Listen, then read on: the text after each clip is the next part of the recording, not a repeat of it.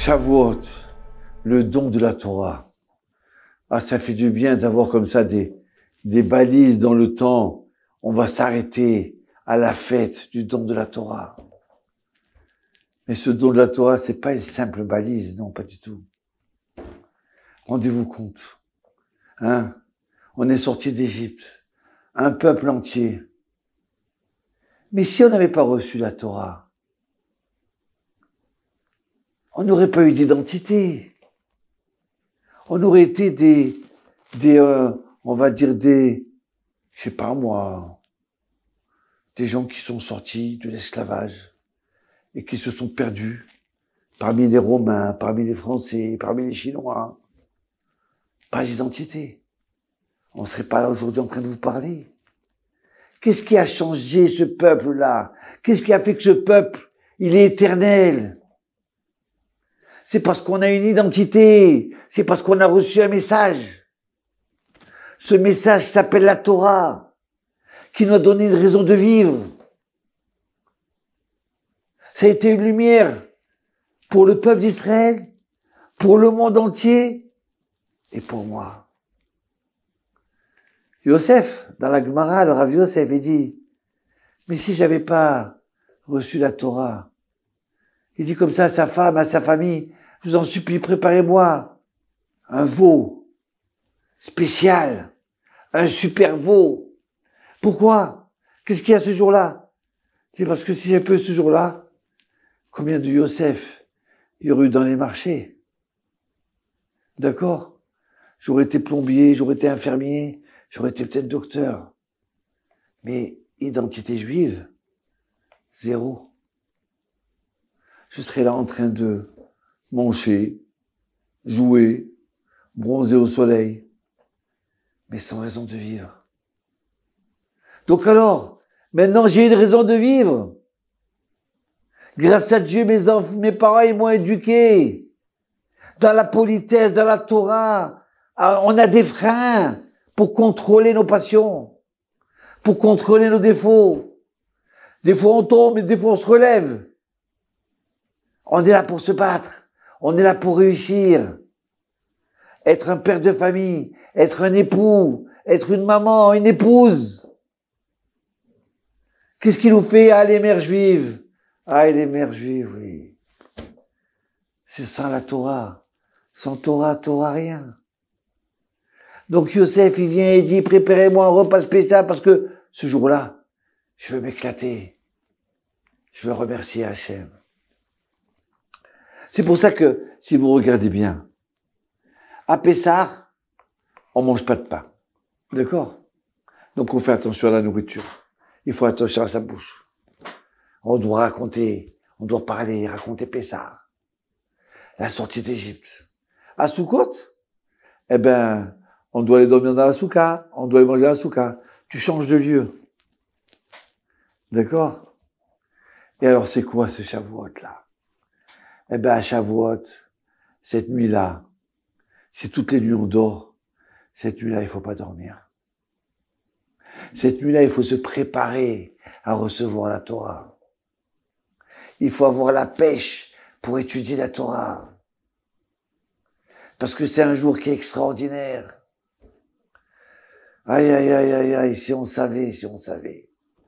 Le Rama qui dit que quand on fait Moussaf et qu'on demande qu'Hachem nous pardonne nos fautes et qu'il nous donne à voir la conscience de le Beth Amikdash, le temple, il dit à ce moment-là, il faut pleurer. Parce que quand on pleure à ce moment-là, à Moussaf, d'accord, quand on a un désir de la délivrance, alors à ce moment-là, ces pleurs-là, elles vont former une pierre dans le ciel avec son nom du temple. D'accord, tout le monde y veut le temple, mais pour qu'il soit là, il faut le désirer. Il faut désirer la délivrance. Et quand on se met à pleurer, quand on aspire à la chose, comme il faisait les tzadikim, alors le Rabbi Moshe Cordovero, le Rav du Harizal, il dit quand tu verses une larme, ça y est, c'est la délivrance. Ça y est, on reçoit la Torah. À ce moment-là, tu as une pierre à ton nom dans le ciel. C'est pas extraordinaire. C'est pas un grand cadeau. Mais si on n'avait pas eu Shavuot, si on n'avait pas eu le don de la Torah, d'accord, on ferait pas Pessah, on ferait pas Sukkot, on n'aurait pas cette mitzvah d'honorer son père et sa mère, cette mitzvah de pas mentir, de pas tuer, de pas voler. Et vous savez quoi? Ce peuple d'Israël est extraordinaire. Le Midrash, il dit que il a proposé la Torah au monde entier. Et les peuples, ils ont dit non, c'est trop compliqué, c'est trop dur. Il y a marqué, tu feras pas d'adultère. Mais on sait pas vivre sans l'adultère. Et après, ils ont donné à notre peuple, tu feras, est-ce que tu acceptes cette Torah? Qu'est-ce qui est marqué dedans? Tu tueras point. Mais on sait pas vivre sans tuer. On sait pas vivre sans voler. Et voilà qu'Hachem se tourne vers le dernier peuple, le peuple d'Israël. Il leur dit, vous volez la Torah? Qu'est-ce qu'ils ont dit? Et bien sûr qu'on veut la Torah. On veut la Torah, on veut la faire, et après on comprendra qu'est-ce qu'il y a dedans. Mais on est prêt à la faire. Jusqu'à qu'Hachem, il a dit quoi? Mais ça, c'est des phrases, c'est des paroles des anges. Qui c'est qui a dévoilé ces secrets à mes enfants, là? Ouais. Les bénis Israël, ils sont devenus les enfants d'Israël, les enfants d'Hachem. Aïe, aïe, aïe, aïe, aïe, aïe. Donc oui, on vous souhaite une bonne fête. Oui, prenez un livre, allez à la synagogue, allez étudier. D'accord, c'est quelque chose d'extraordinaire. C'est un message. C'est une Torah qui a plusieurs niveaux. On peut l'apprendre selon le pshat, la traduction, et après on peut monter de niveau, et encore monter de niveau. À un tel point que, vous savez quoi? Que les anges, ils ont dit, mais on veut pas la donner la Torah au peuple d'Israël. Ils étaient jaloux. Alors, allez, profitez de ces moments-là. Et le Rafal a dit, vous savez, il y a une zgoula. Une zgoula, déjà, il y a un admor qui dit que quand on fait l'étude, c'est bien de lire le paragraphe, le psaume 39, et de pleurer à ce moment-là. De pleurer, de comprendre la Torah, de pleurer, de vouloir être vrai juif. Et le Rafal a dit, il dit, vous savez quoi? Il y a une zgoula. Veille de Pessah, veille de Shavuot, d'accord, vous préparez 104 pièces. Vous allez compter 91 pièces, d'accord?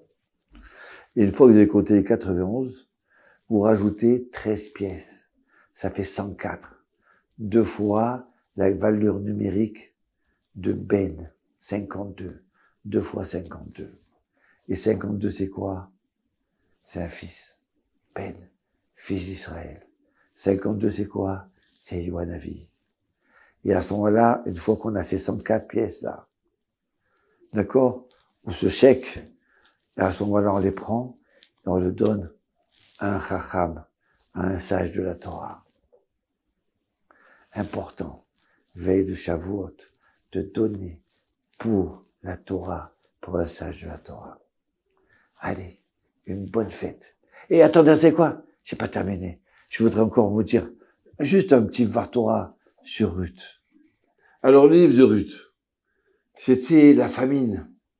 Les gens crevaient de faim. Il n'y avait pas d'eau, la sécheresse.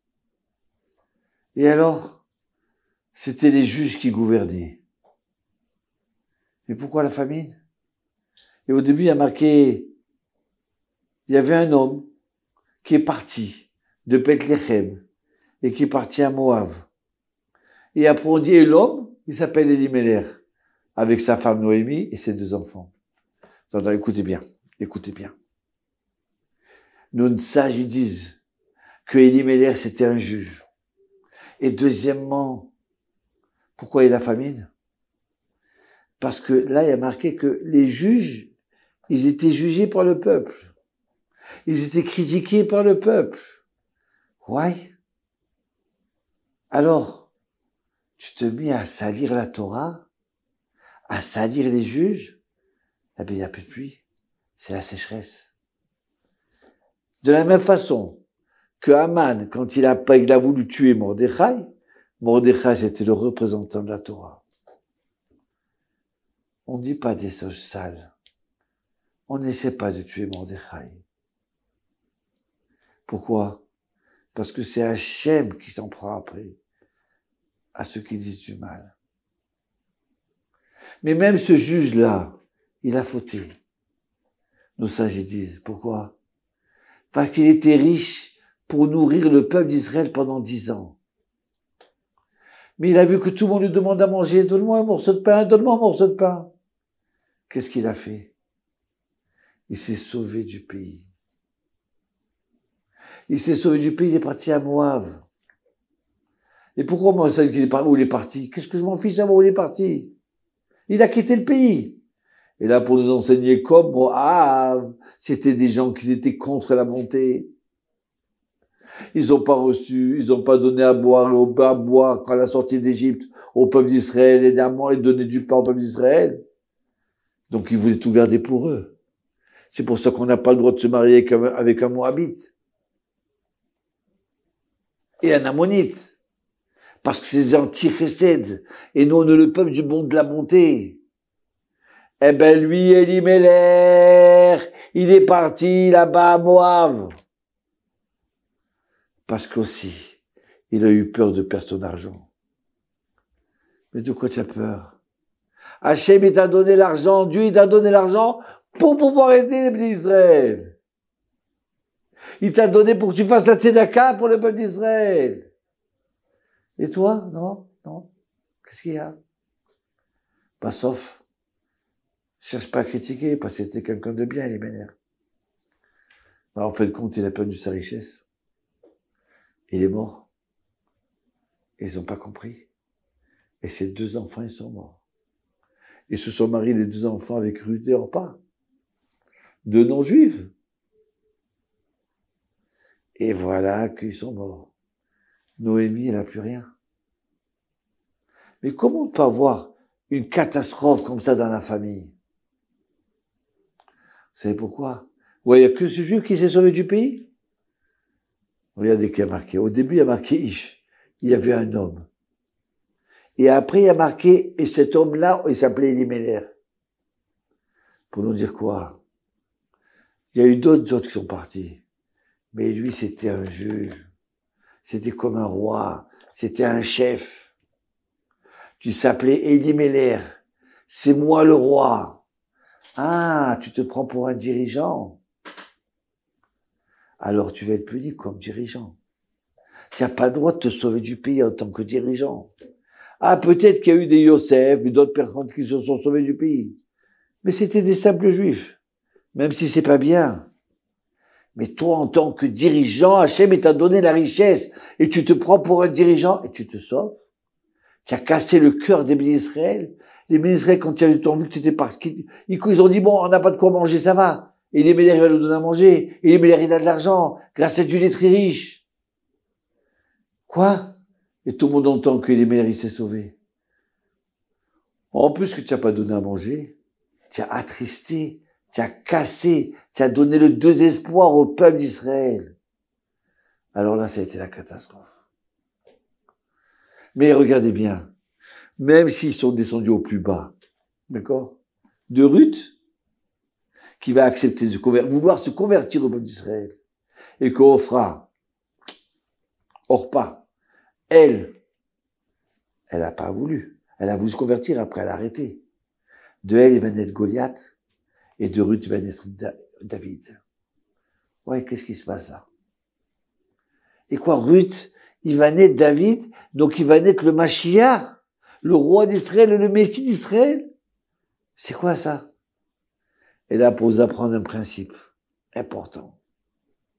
Même si tu es au fin fond de l'abîme, d'accord? Tu n'as pas le droit de désespérer.